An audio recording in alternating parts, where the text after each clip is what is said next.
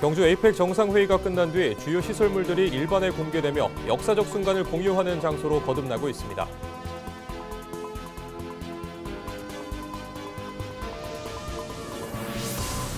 경주 에이펙 정상회의장 공개 관람 행사에 12,000명이 다녀간 것으로 집계됐습니다. 경주시는 정상회의장을 활용해 에이펙 기념관을 조성할 방침입니다.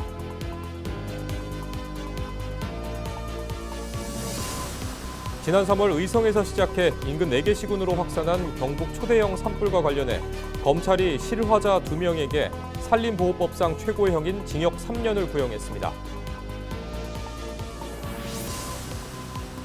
지난달 29일부터 닷새간 열린 제19회 청송 사과축제에서 사과 판매 부스 매출액이 10억 원을 돌파하며 역대 최대 판매 실적을 달성했습니다.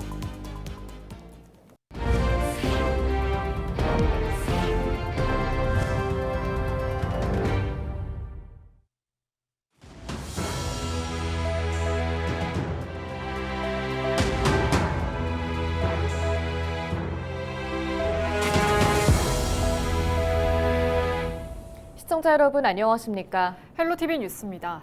경주 에이펙 정상회의가 끝난 뒤 주요 시설물들이 일반에 공개되며 역사적 순간을 공유하는 장소로 거듭나고 있습니다. 중요한 외교 무대 현장을 직접 체험하기 위한 발걸음이 끊임없이 이어지고 있습니다. 이하영 기자가 보도합니다. 2025 에이펙 정상회의가 열린 경주.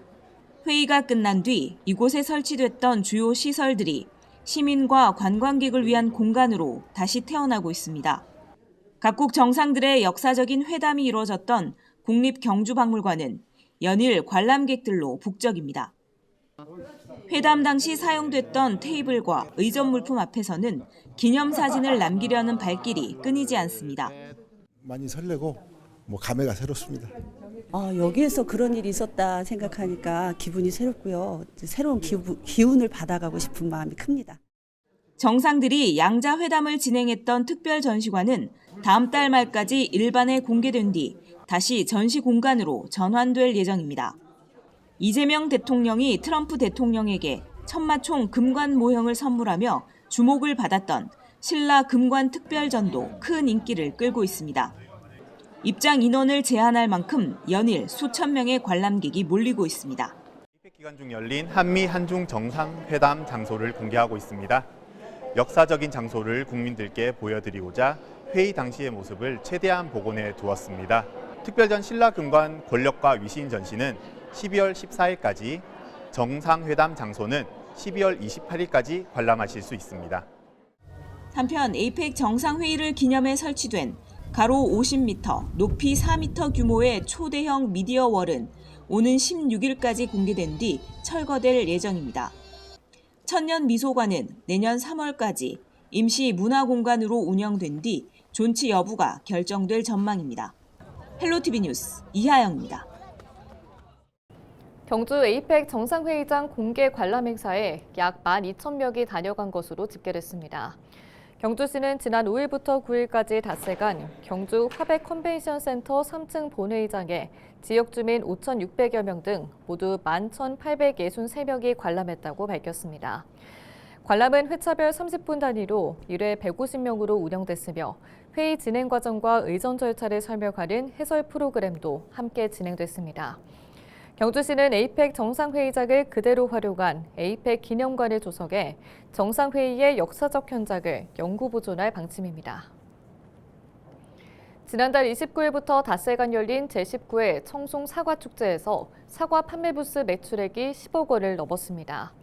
이는 역대 최대 판매 금액으로 청송군은 관광객이 사과를 시중가보다 저렴하게 구매할 수 있도록 한 것이 관심과 매출로 이어졌다고 분석하고 있습니다. 청송군은 앞으로도 농업과 관광이 상생할 수 있도록 청송 사과축제를 발전시켜 나가겠다는 입장입니다. 청도군이 지역 정주 여건 개선과 지방 소멸 위기 극복을 위해 지역 활력타운 청려도원 조성 사업에 첫 삽을 떴습니다. 청도 화양읍 범곡리 일원에 들어설 청려도원은 주거와 문화, 복지, 일자리가 통합된 복합 주거단지로 총 사업비 409억 원이 투입됩니다. 청년 귀농인 주택 50호, 창업지원센터, 유아체육시설, 청년 도약 레지던스, 수변공원 등이 조성될 전망입니다. 청도군은 청년과 신혼부부, 임신 출산 가정을 위한 실질적인 지원을 지속적으로 확대해 청도가 지방소멸 위기를 극복할 수 있도록 군의 모든 역량을 집중하겠다고 밝혔습니다.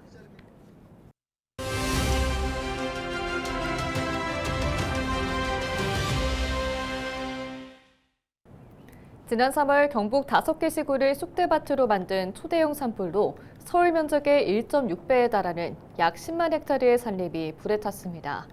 산불로 인한 사망자만 26명으로 총 57명의 인명피해가 발생하고 3,500여 명에 달하는 이재민이 발생했는데요.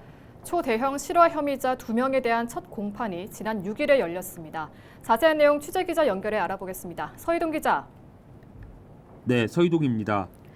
네, 검찰이 두 피고인에게 각각 징역 3년을 구형했죠. 그렇습니다. 대구지법 의성지원에서 형사 1단독 문혁 판사 심리로 열린 결심 공판에서 검찰은 두 피고인에게 산림보호법상 최고형인 징역 3년씩을 구형했습니다. 산불을 조심해야 하는 의무를 다하지 않아 막대한 인명과 재산 피해를 냈다는 이유인데요. 두 피고인은 지난 4월에 열렸던 영장실질검사에서는 산불 실화 혐의에 대해 부인하거나 대답을 회피했었습니다. 하지만 이번 재판에서는 혐의를 인정하며 선처를 호소했습니다. 네, 두 피고인은 초대형 산불의 시작점인 의성 산불을 낸 혐의로 불구속 기소됐었는데요. 어떤 내용인지 다시 한번 정리해 주시죠. 네, 먼저 60대 A씨는 의성군 안계면의 한 과수원에서 영농 폐기물을 태우다 불을 낸 혐의를 받습니다. 검찰은 A씨가 봄철 산불 조심 기간임에도 쓰레기를 소각했고 불씨가 완전히 꺼졌는지 확인해야 하는 의무를 지키지 않아 산불이 발생했다고 말했습니다. 50대 B씨는 의성 안평면의 야산에서 조부모 묘소에 자라난 어린 나무를 태우려고 불을 붙였습니다. 검찰은 B씨가 화재와 관련된 업무에 종사하는데도 라이터를 사용해 불을 냈고 수사기관에서 믿기 어려운 변명으로 혐의를 부인했다고 구형 이유를 설명했습니다. 네, 검찰의 구형에 대해 피고인들은 어떻게 반응했나요? 네, A씨는 최후 진술에서 영농 부산물을 태운 후 불을 끄기 위해 물을 3번 뿌렸다며 도깨비 바람이 불어 불이 크게 번질지는 상상도 못했다고 말했습니다. 성묘객 B씨는 스스로 인정하기 힘들었었다며 부주의로 큰 피해를 발생시켜 죄송하고 남은 인생을 반성하고 속죄하는 마음으로 봉사하며 살겠다고 진술했습니다. 두 피고인에 대한 선고 공판은 내년 1월 16일에 열릴 예정입니다. 네, 한편 산불 피해 주민으로 구성된 대책위원회가 산불 진상규명을 위한 국정조사를 요구했다고요? 그렇습니다. 경북 초대형 산불 피해 주민 대책위원회는 지난 31일 국회를 찾아 국정조사 실시 요구 성명서를 제출했습니다. 대책위는 이번 산불이 정부와 지자체의 관리 부실이 빚어낸 인재라고 지적했는데요. 국가재난대응 시스템 전반에 심각한 허점이 드러났다며 재발 방지 대책을 마련하기 위한 국회의 국정조사 실시를 요구했습니다. 네, 여기까지 듣겠습니다. 지금까지 보도국 서희동 기자였습니다.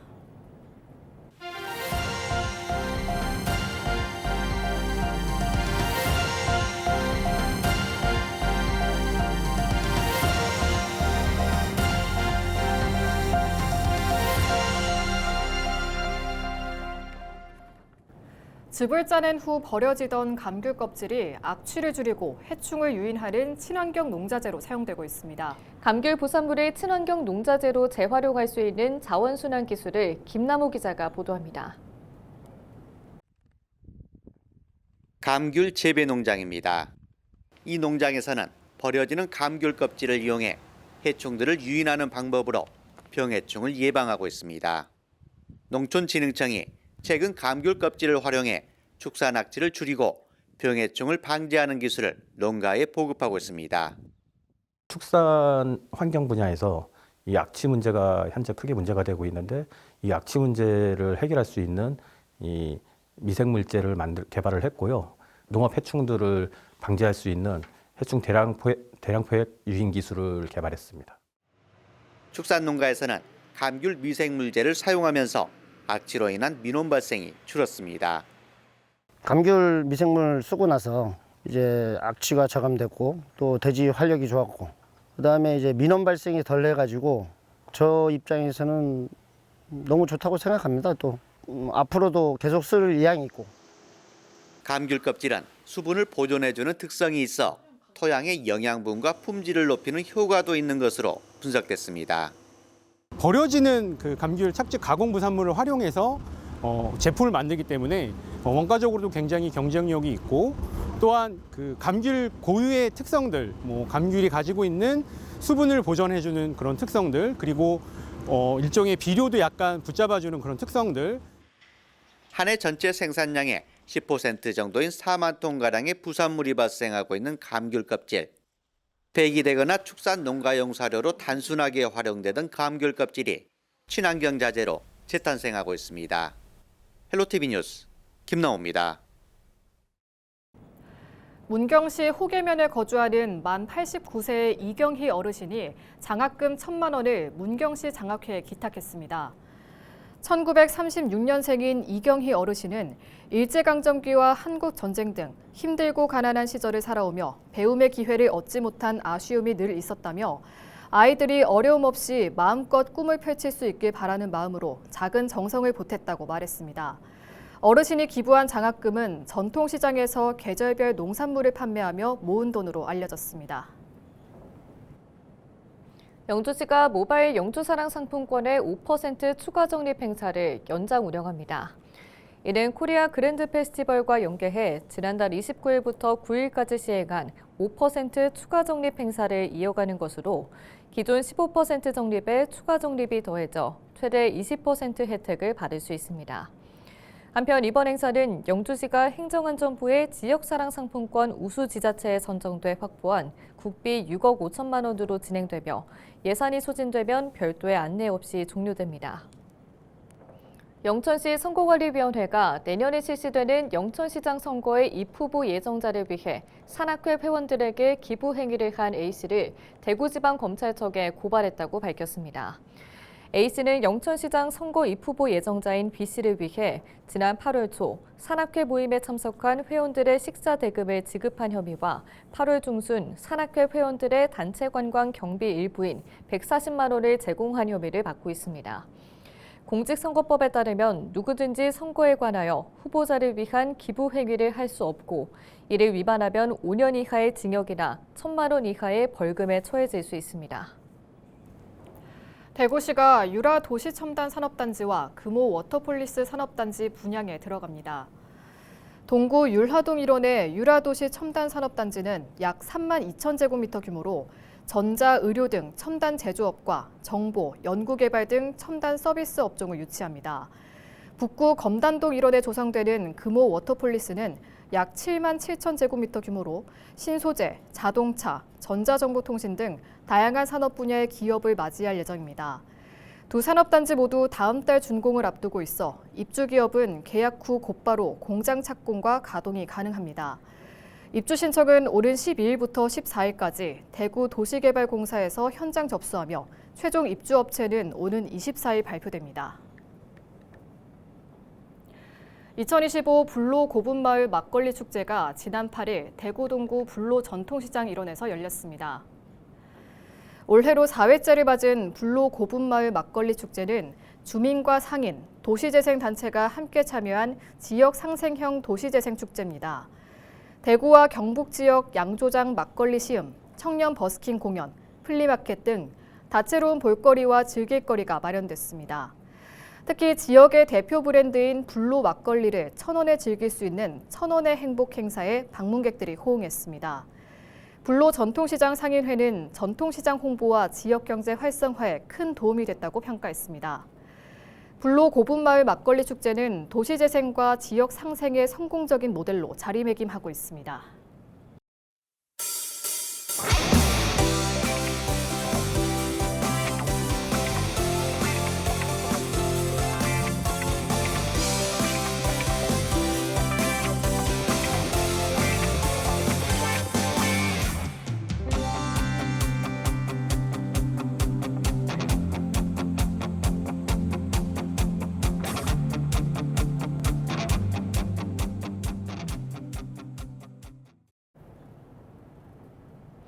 이상으로 뉴스를 마칩니다. 시청해주신 여러분 고맙습니다.